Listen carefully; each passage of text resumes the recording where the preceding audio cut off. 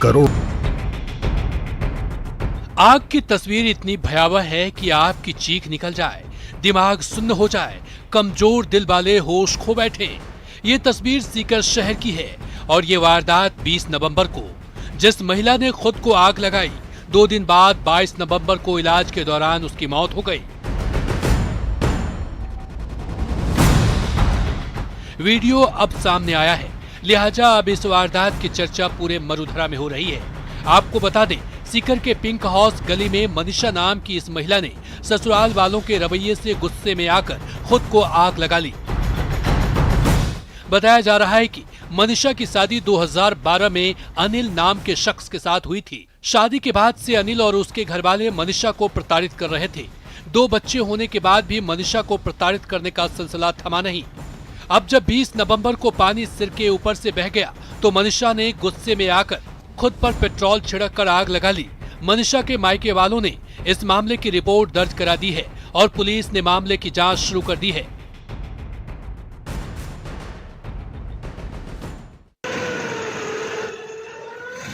धू धू कर जलती बसों की ये तस्वीर सीकर के रिको एरिया से आई है, जहां बुधवार शाम को शॉर्ट सर्किट की वजह से एक ट्रक में लगी आग की चपेट में ये बसें आ गई थीं।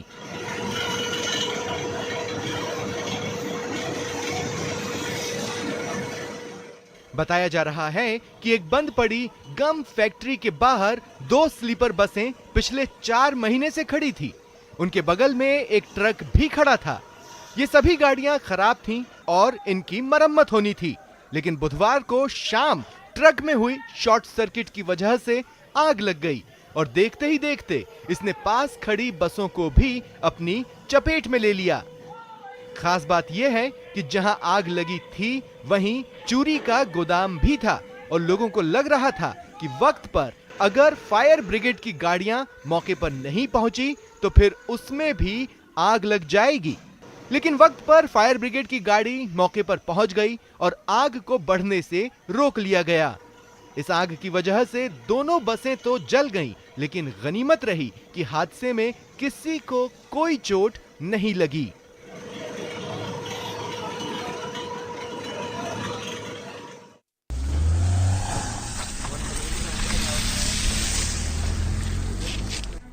सड़क किनारे खड़ी इस कार की हालत देख अंदाजा हो गया होगा कि इस कार में बैठे लोगों को किस कदर चोटें आई होंगी।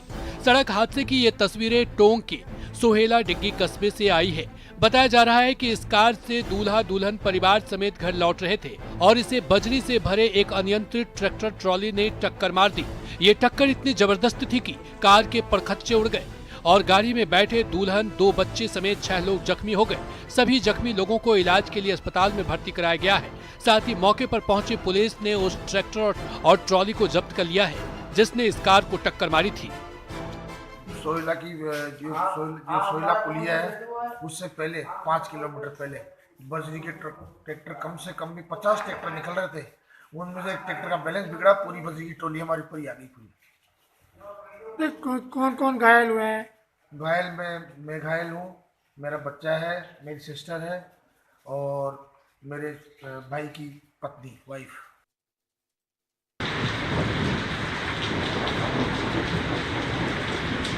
प्रदेश के कई जिलों में हुई झमाझम बारिश के बाद प्रदेश में शीतलहर का प्रकोप शुरू हो गया है।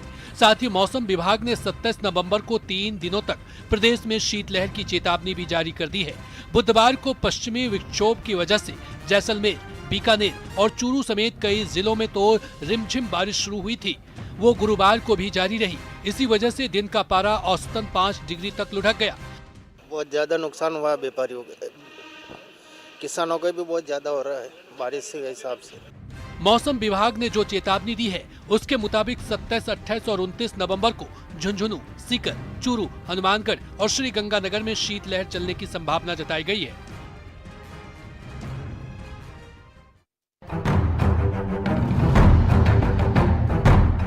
अस्पताल के बिस्तर पर पड़े ये पुलिस कांस्टेबल पवन सिंह हैं। जिन पर कुछ लोगों ने चाकुओं से हमला कर दिया था। बताया जा रहा है कि झालावाड़ जिले के गुड़ा गामड़े इलाके में आपसी विवाद में झालावाड़ के एसपी ऑफिस में तैनात पुलिस कांस्टेबल पवन सिंह पर जानलेवा हमला कर दिया था। इस हमले में गंभीर रूप से जख्मी हुए पवन सिंह को इलाज के लिए अस्पताल में भर्ती कराना पड़ा।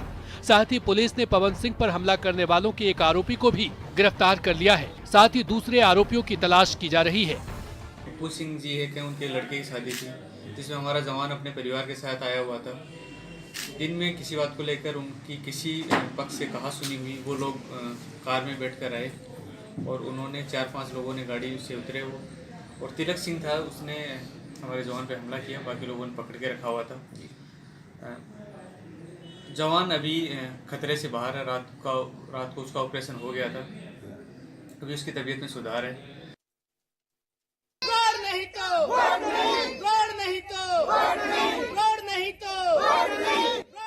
रोड नहीं तो वोट नहीं का नारा लगा रहे ये लोग झालावाड़ जिले के बदनखेड़ी गांव के रहने वाले हैं।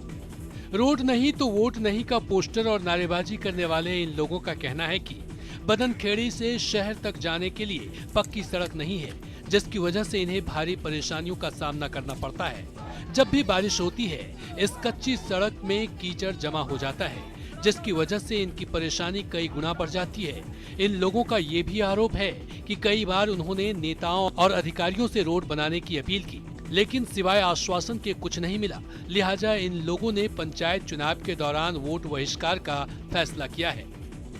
गाँव में रोड कोई ना और कीचड़ हो रहे थे, बच्चा बच्ची स्कूल जाओ थे, बीजी चड्डिया सो बोले स्कूल जाओ थे, बीजी चड्डिया हूँ और न हटी खड़ियो जाओ न उठी खड़ियो जाओ, और बरस हो गया आज अंत किसी भी नेता न थोड़ी माँ की रोड की परेशानी से गांव में आनी रोड ना बन रही हो और चने अटी उटी सु गेला में कीचड़ी कीचड़ हो पानी आ रहे अटी उटी सु लोग देना ना परेशानी आ रही है। पोस्टर चिपका रहे ये भरतपुर के जिला कलेक्टर नथमल डिडेल हैं, जो कोरोना से जागरूकता के लिए अपने कक्ष के बाहर पोस्टर चिपका रहे हैं। सूचना एवं जनसंपर्क विभाग भरतपुर की ओर से कोरोना संक्रमण के प्रति जागरूकता फैलाने के लिए ये पोस्टर बनाया गया है और जिला कलेक्टर नथमल डिडेल ने अपने कक्ष के बाहर पोस्टर चिपकाकर उसका विमोचन किया है। पोस्टर विमोचन के दौरान सूचना एवं जनसंपर्क विभाग के उपनिदेशक विवेक जादौन भी मौजूद रहे। भरतपुर जिले में भी कोरोना के जो संक्रमित रोगी हैं उनकी संख्या लगातार बढ़ती जा रही है। इसके मद्देनज़र सभी भरतपुर वासियों से मेरी अपील है कि माननीय मुख्यमंत्री जी के जो निर्देश हैं कि प्रत्येक व्यक्ति हर समय मास्क का इस्तेमाल करें, दूसरे व्यक्ति से कम 2 गज की दूरी को बनाए रखें और अपने हाथों को समय समय पर सैनिटाइज करें। ये 3 उपाय ही इस महामारी का अभी तक इलाज है। फिर भी अगर किसी घर में पड़ोस में अगर कोई संक्रमित व्यक्ति है या बीमारी के लक्षण है तो मेरा आपसे निवेदन है कि इस बीमारी को छुपाएं नहीं, जल्दी से ही अपने नज़दीकतम CSC, PSC और जिला अस्पताल विजिट करें।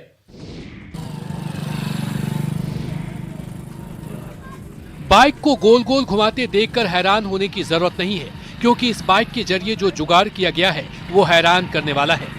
तेल निकालने के लिए यूं तो घानी में बैलों का सालों से इस्तेमाल होता आया है, लेकिन बाड़मेर की सिंधड़ी चौराहे के पास बैलों की जगह बाइक का इस्तेमाल हो रहा है। बैलों की जगह बाइक के इस्तेमाल का ये जुगाड़ किया है उदाराम ने। उदाराम का कहना है कि वो भिलवाड़ा के रहने वाले हैं और वहां से बैलों को बाड़मेर लाना उनके लिए मुश्किल भरा था, इसलिए वो बैलों की जगह मोटरसाइकिल को घानी चलाने में लगा दिया है। खास बात यह है कि उदाराम के जुगाड़ में बाइक खुद ब खुद चलती है और उसे चलाने के लिए किसी इंसान का सहारा नहीं लेना पड़ता। ऐसे सोचा कि हमने दूसरा आइडिया तो लेना ही है, हम बाइक ऐसे सेट करके देखा चलती है कि नहीं चलती है। पुरानी गाड़ी को सेट किया, बाद में नई गाड़ी को सेट कर दिया, फिर चलने लगे तो हमारा काम भी सेट। अब 20 मिनट 20 खबर में बात करते हैं दूसरे प्रदेश की खबरों की। बंगाल में चुनाव से पहले बीजेपी और टीएमसी के कार्यकर्ताओं के बीच मारपीट की घटनाएं बढ़ती जा रही हैं। इस बार वहां के बीरभूम से बीजेपी और टीएमसी के कार्यकर्ताओं के बीच मारपीट की खबर आई। बताया गया कि बीजेपी के कई कार्यकर्ता और समर्थक बंगाल बीजेपी अध्यक्ष दिलीप घोष की एक सभा में शामिल होने के लिए निकले। लेकिन बीरभूम के बोलपुर इलाके में उनकी टीएमसी के कुछ स्थानीय कार्यकर्ताओं से झड़प हो गई, जिसके बाद कुछ लोग पत्थरबाजी करते दिखे। बताया गया कि दोनों पार्टियों के समर्थकों के बीच मारपीट में वहां से गुजरने वाली कई मोटरसाइकिलों को नुकसान पहुंचा और वो यहां वहां गिरी दिखी। बीजेपी कार्यकर्ताओं ने आरोप लगाया कि टीएमसी कार्यकर्ताओं के हमले में उनके साथ आए 2 लोग घायल हो गए, जिसके बाद वो आग बबूला हो गए और वो एक शख्स को बुरी तरह से पीटते दिखे। आरोप है कि टीएमसी के कुछ स्थानीय नेताओं ने उन गाड़ियों में तोड़फोड़ की जिनमें बीजेपी के कार्यकर्ता सवार थे। मारपीट की जगह से जो तस्वीरें आईं, उनमें बीजेपी के झंडे लगी एक गाड़ी के शीशे टूटे दिखे। सड़क पर भी जगह जगह टूटे शीशे और मारपीट के निशान नजर आए। बताया गया कि मारपीट के बाद पूरे इलाके में तनाव फैल गया और भारी संख्या में पुलिस वाले तैनात कर दिए गए। दिल्ली के लोकनायक अस्पताल के बाहर बीजेपी के कार्यकर्ताओं ने प्रदर्शन किया।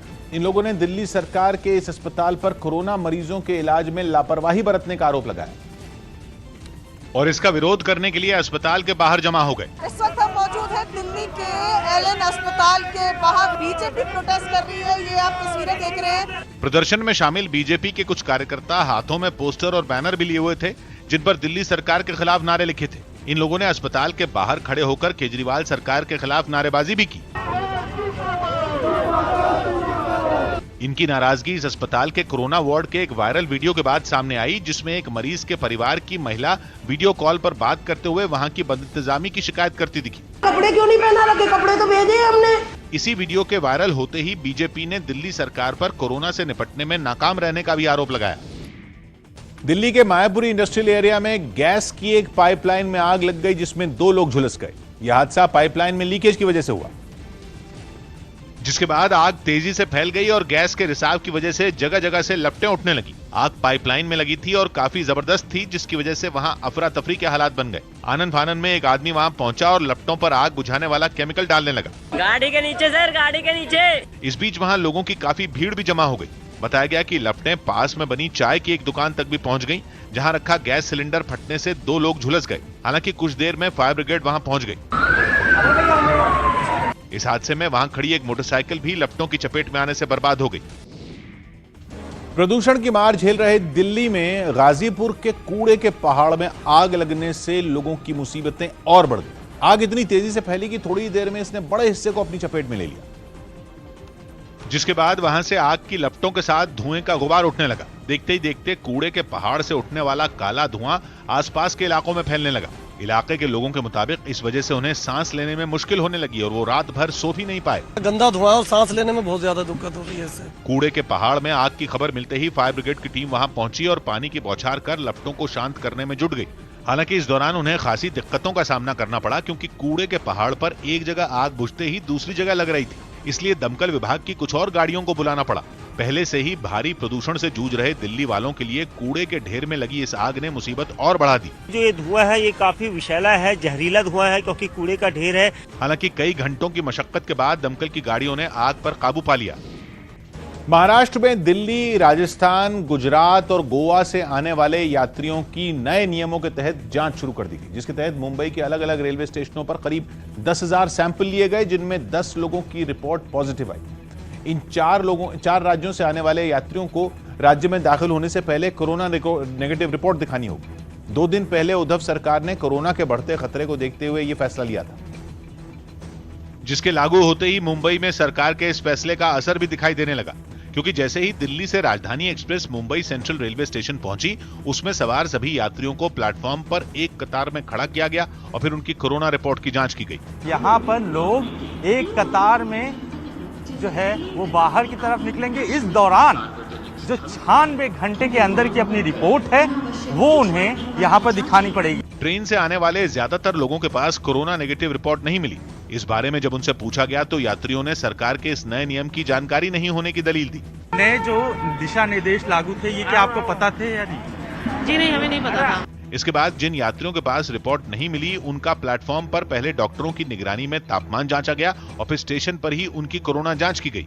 जब तक RT-PCR का 3 दिन पहले का रिपोर्ट वो बताएंगे नहीं, तब तक उनको महाराष्ट्र में एंट्री नहीं मिलेगी। मुंबई एयरपोर्ट पर भी कुछ ऐसे ही इंतजाम दिखे। वहां भी दिल्ली, गुजरात, राजस्थान और गोवा से आने वालों को कोरोना की नेगेटिव रिपोर्ट दिखाने के बाद ही जाने दिया गया। दिल्ली के चांदनी चौक इलाके के एक बाजार में कोरोना के नियमों का सख्ती से पालन होता दिखा। दिल्ली में ही कई ऐसे बाजार हैं जहां लोग कोरोना से बेपरवाह हैं और वहां खरीदारी के लिए भीड़ लगी रहती है। लेकिन चांदनी चौक इलाके का ये क्लॉथ मार्केट उन सब से अलग नजर आया। वहां कोरोना से बचाव के हर तरीके को लोग अपनाते दिखे। करीब 800 दुकानों वाले इस बाजार में सभी लोग कोरोना के नियमों को पूरी तरह मानते दिखाई दिए। चांदनी चौक में इस वक्त हम मौजूद हैं, जहां पर अक्सर आपको काफी ज्यादा भीड़ नजर आती है, लेकिन इसी चांदनी चौक के बीच में एक बाजार है। यहाँ कोरोना के जो नियमों का पालन है वो भरपूर किया जाता है। तापमान मापना हो, हाथों को सैनिटाइज करना हो या फिर 2 गज की जरूरी दूरी रखनी हो, इस बाजार में पहुंचे लोग इन सारे नियमों का पालन करते नजर आए। इतना ही नहीं, खरीदारी के बाद बाजार से बाहर ले जाते वक्त भी सामान को सैनिटाइज किया गया ताकि कोरोना फैलने का खतरा न रहे। बचाव हेतु जो भी हमें सावधानी बरत रही है वो हम बरत भी रहे हैं और आगे भी बरते हैं। भीड़ न बढ़े इसके लिए लोगों से एक साथ बाजार में नहीं घुसने की अपील भी की गई। बिहार की लोक गायिका नेहा सिंह राठौर के इलाहाबाद यूनिवर्सिटी को लेकर नए गाने पर विवाद खड़ा हो गया है। नेहा ने गाने में इलाहाबाद सेंट्रल यूनिवर्सिटी का मजाक उड़ाया, जिस पर छात्रों ने नाराजगी जाहिर की है। नेहा से माफी की मांग की गई और कानूनी कार्रवाई की चेतावनी दी गई है।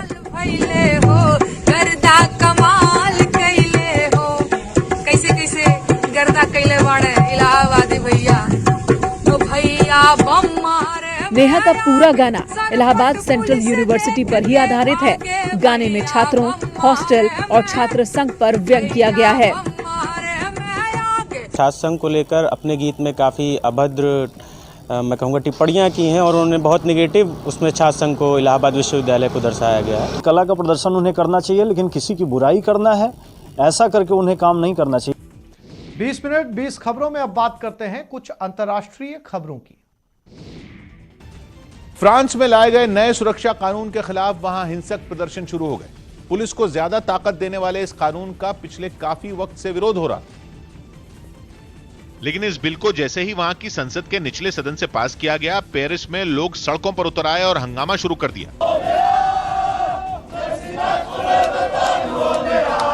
नए सुरक्षा कानून के खिलाफ शुरू हुआ प्रदर्शन देखते ही देखते हिंसक झड़प में बदल गया। दक्षिण पश्चिमी फ्रांस के बोक्तो में जमकर बवाल हुआ। वहां उपद्रवियों ने सड़क पर आगजनी शुरू कर दी। सड़क किनारे मौजूद कई दुकानों और रेस्टोरेंट को भी निशाना बनाया गया। सामने आई तस्वीरों में प्रदर्शनकारी वहां तोड़फोड़ करते नजर आए।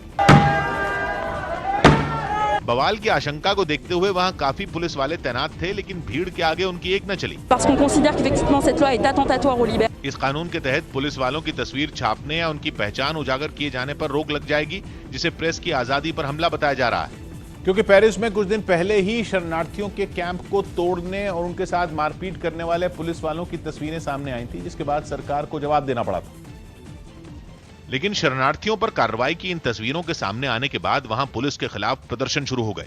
सैकड़ों लोग राजधानी पेरिस की सड़कों पर उतर आए और पुलिस के इस कदम का विरोध किया। हालांकि शरणार्थियों के लिए हो रहे प्रदर्शन में भी हिंसा शुरू हो गई। भीड़ में शामिल लोग वहां तोड़फोड़ के साथ आगजनी करने लगे। कई जगहों पर प्रदर्शनकारियों और पुलिस के बीच सीधी भिड़ंत हो गई। भीड़ के आगे पुलिस भी लाचार दिखी। हालांकि बाद में पुलिस की कई और टीमें वहां भेजी गईं, जिनकी मौजूदगी में आग बुझाने का काम शुरू किया गया। अमेरिका के टेक्सास में अचानक आए एक खौफनाक बवंडर ने लोगों को दहशत से भर दिया। धूल भरे इस बवंडर के आते ही लोग घरों से बाहर आ गए, जबकि कुछ सुरक्षित जगहों पर चले गए।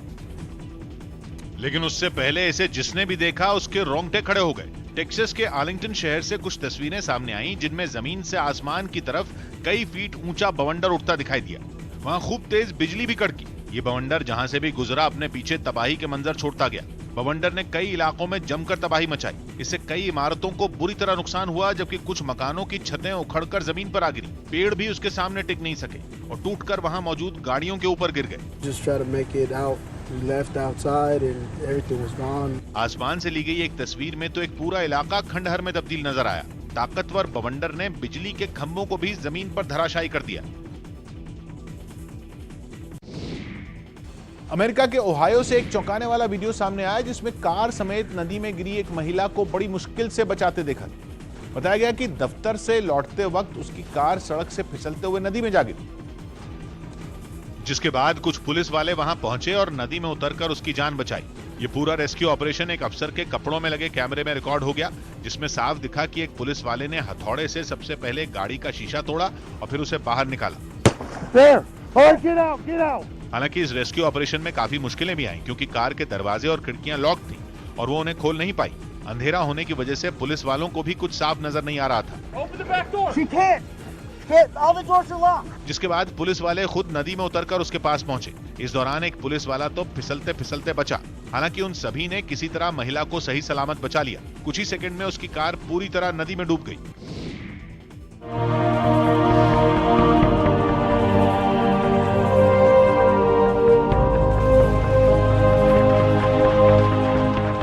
फुटबॉल के महानतम खिलाड़ियों में शुमार अर्जेंटीना के मशहूर फुटबॉलर रहे डिएगो माराडोना का 60 साल की उम्र में कार्डियक अरेस्ट की वजह से निधन हो गया है। इसी महीने की शुरुआत में दिमाग में क्लॉटिंग के बाद उनका ऑपरेशन हुआ था। साथ ही ये उनका अल्कोहल डिपेंडेंसी के लिए भी इलाज होने वाला था। मैराडोना 1982 में विश्व कप फुटबॉल से चर्चा में आए थे। वे विश्व कप स्पेन में खेला गया था और 21 साल के मैराडोना उस वक्त स्टार खिलाड़ी बनकर उभरे। इसके बाद 1986 में जब अर्जेंटीना ने वर्ल्ड कप जीता, तब माराडोना उस टीम के कैप्टन थे। वो बार्सिलोना और नापोली जैसे नामी फुटबॉल क्लबों के लिए भी खेले। माराडोना ने 451 मैचों में कुल 259 गोल दागे थे। इतना ही नहीं, एक सर्वेक्षण में उन्होंने पेले को पीछे छोड़ 20वीं सदी के सबसे महान फुटबॉलर होने का गौरव अपने नाम कर लिया था। साथ ही उन्होंने 4 विश्व कप में अर्जेंटीना का प्रतिनिधित्व किया।